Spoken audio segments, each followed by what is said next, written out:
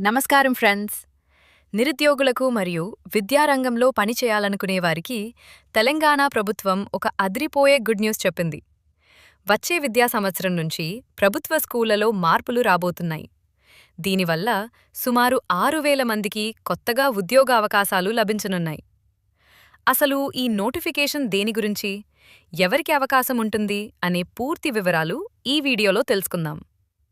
తెలంగాణ ప్రభుత్వం 2026 నుంచి 27 వరకు విద్యా సంవత్సరం నుంచి రాష్ట్ర వ్యాప్తంగా దాదాపు 3,000 ప్రభుత్వ పాఠశాలల్లో ప్రీ ప్రైమరీ విద్యను పెట్టాలని నిర్ణయించింది. అంటే ఇకపై ప్రభుత్వ స్కూళ్లలోనే యూకేజీ క్లాసులు అందుబాటులోకి వస్తాయి. దీనికోసం ఇప్పటికే ప్రభుత్వం చర్యలు ప్రారంభించింది. ఏ పాఠశాలల్లో ఈ యూకేజీ క్లాసులు అవసరమో వాటి లిస్టు పంపాలని జిల్లా విద్యాశాఖ అధికారులకు, డీఈఓలకు ఆదేశాలు జారీ చేసింది.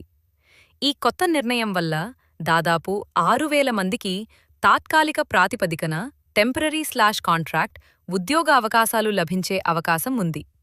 ప్రధానంగా ఇందులో 2 రకాల పోస్టులు ఉండే అవకాశం ఉంది.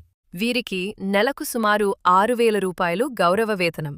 ఇన్స్ట్రక్టర్లు/టీచర్లు వీరికి నెలకు సుమారు 8,000 రూపాయల వరకు వేతనమిచ్చే అవకాశం ఉంది.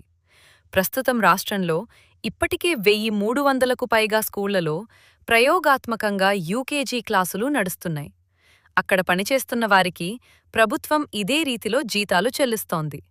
ఇప్పుడు దీనిని మరో 3,000 స్కూళ్లకు విస్తరిస్తున్నారు.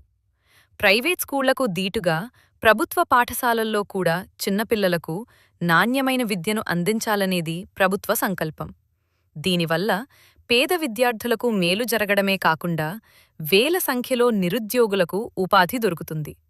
దీనికి సంబంధించిన పూర్తి నోటిఫికేషన్ మరియు అప్లికేషన్ ప్రాసెస్ వివరాలు తెలియగానే మళ్లీ మన ఛానల్లో అప్డేట్ చేస్తాను.